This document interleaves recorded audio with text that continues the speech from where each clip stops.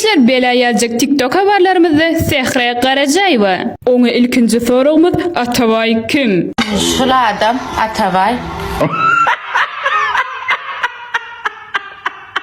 Garanterin çöte gülküsü tutuyor bu yağdayı neme diyeniz?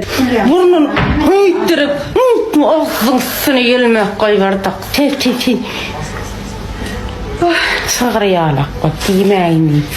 Garanteri siz neme demekçi? Ha? Sehra Karacayeva haterlarınız size en köp neme diye? Püf fırsattır diye. Garanteri Halipan kim? Meňem gaýwanyň halipam Ahmet Damdam.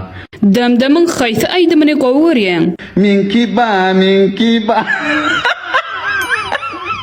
Ededim mal mısın?